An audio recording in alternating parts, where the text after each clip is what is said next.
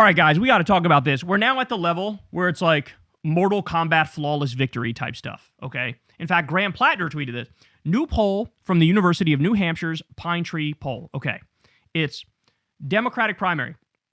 Plattner, 64%. Janet Mills, the current sitting governor, bro, is at 26%. Good googly moogly. For the general election, Plattner is destroying Collins by double digits. It's 49-38. And Mills is only beating Collins by 1 point, which is within the margin of error. Wow. I mean, it sort of seems like a foregone conclusion. And why is Mills doing so horrible? Let's keep it real, bro.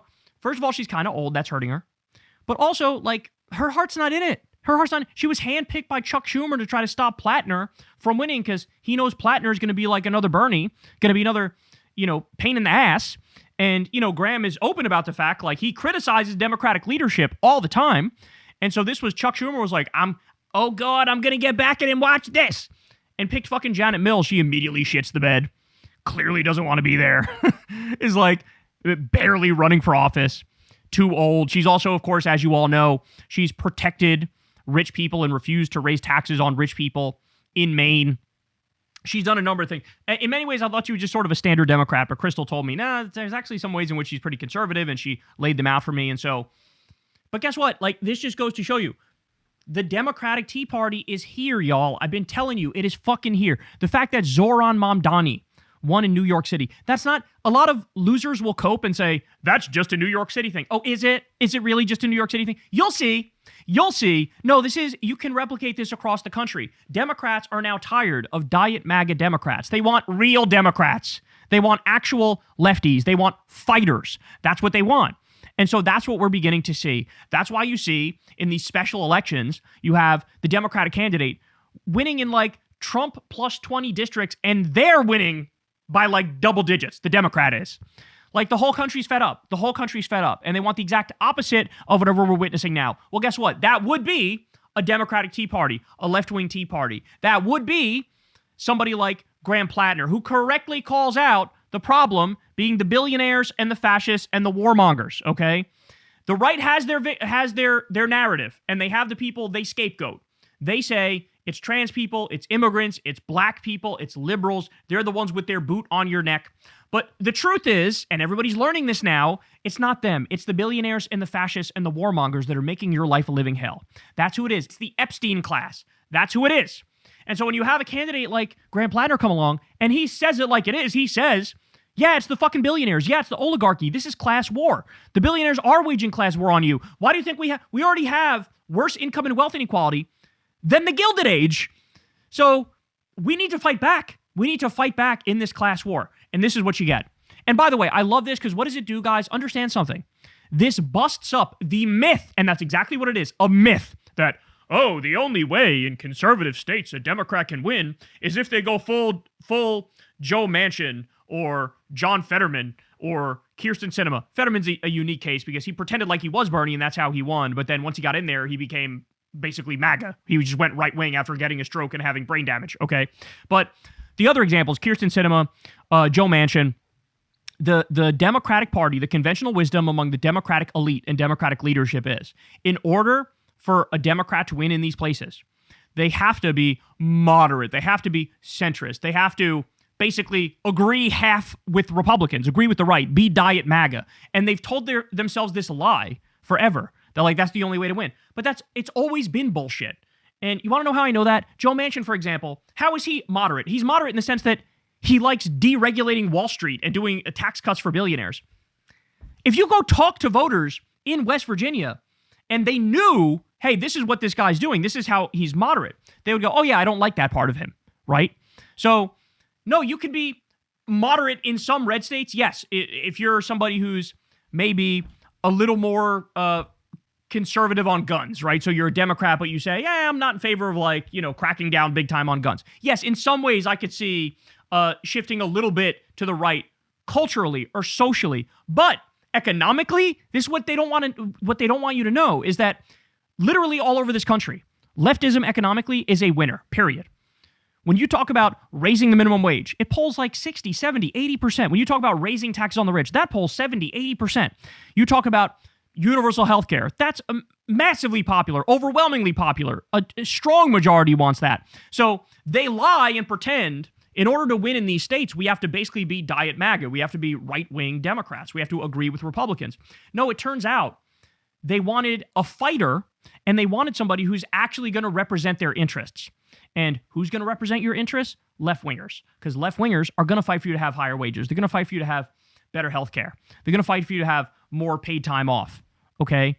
They're going to try to make your life better. They're going to stop wasting all this money, spending all this money on stupid wars, illegal and offensive wars against countries that didn't attack us, and they're going to reinvest that in your education and in your health care and in giving you a shot at a decent life, a shot at the American dream. So it just totally busts up that myth. And you could say, oh, this is a one-off. But you're going to see it's actually not a one-off. What you're going to see is there's a lot of candidates who are running across the country right now who have a similar ideology to us, you and me, watching this. And they're going to win. They're going to win. And then there is no, they can cope if they want to and say, oh, that's a fluke, that's a fluke. Well, at a certain point, it's the norm and not the fluke. And I think we're in the midst of that transition now. I told you guys before, I'm one of the co-founders of Justice Democrats. We missed our window. Like, we did it after Trump won the first time. The country wasn't ready for it yet. The Democratic voters still felt more or less like they trusted Democratic leadership. Now we're at the place where Democratic voters do not trust Democratic leadership. They don't like Hakeem Jeffries. They don't like Chuck Schumer. They realize that these guys are half in agreement with MAGA and are fucking doormats and are willing to get plowed and destroyed by MAGA, okay? And they want real fighters. And so this is now the Democratic Tea Party. This is the Justice Democrats moment. This is the moment for any fighter who says, I'm not going to take any corporate money. I'm not going to take any billionaire money. I'm not going to vote for all these wars, and I'm going to represent the people. You are going to win on that message now. So this Plattner thing is incredible. It's literally like not even a race at this point. I also wanted to point this out while we're having the conversation about Plattner. Look at this. This is incredible, okay? Maine Senate votes by media usage. Ready for this? Joe Rogan listeners, the 87% of them are for Collins, the Republican. Only 1% of them is for the Democrat or Plattner. That is fucking insane. CNN viewers are 76% for Plattner. Fox News viewers are 72% for Plattner. Local Maine news, it's Plattner 52 to 34, and MS Now viewers are for Plattner 79%.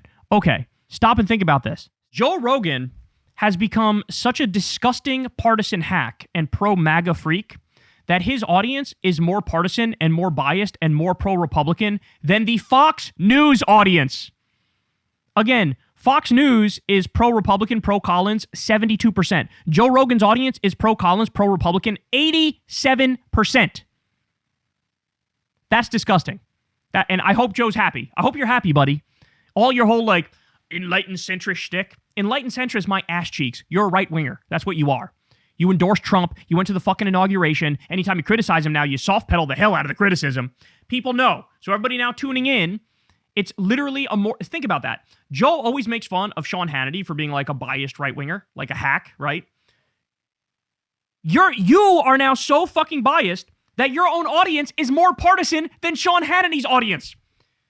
His fucking nursing home, retirement home-ass audience that sits there and nods in agreement with everything Trump does. Your audience is now more right-wing than his audience. Insane. Insane, bro.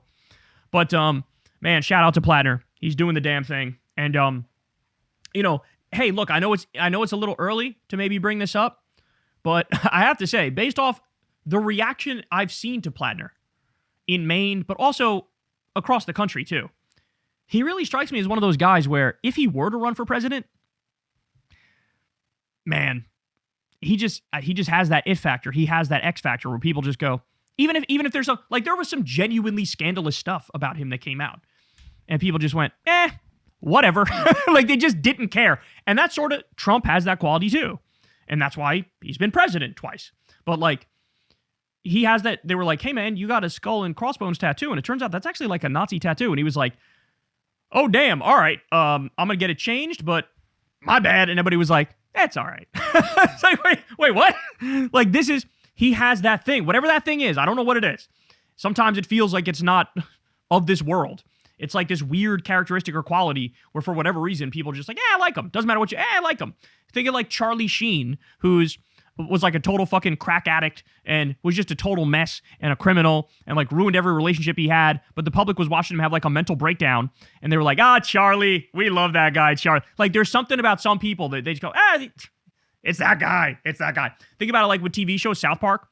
People stopped getting outraged and offended at shit they said because they just go, yeah, that's South Park. They're allowed to do that, right? And they just hit this sweet spot where it's like, yeah, they're just allowed to get away with that when others are not. Plattner sort of got that thing going on. He just does.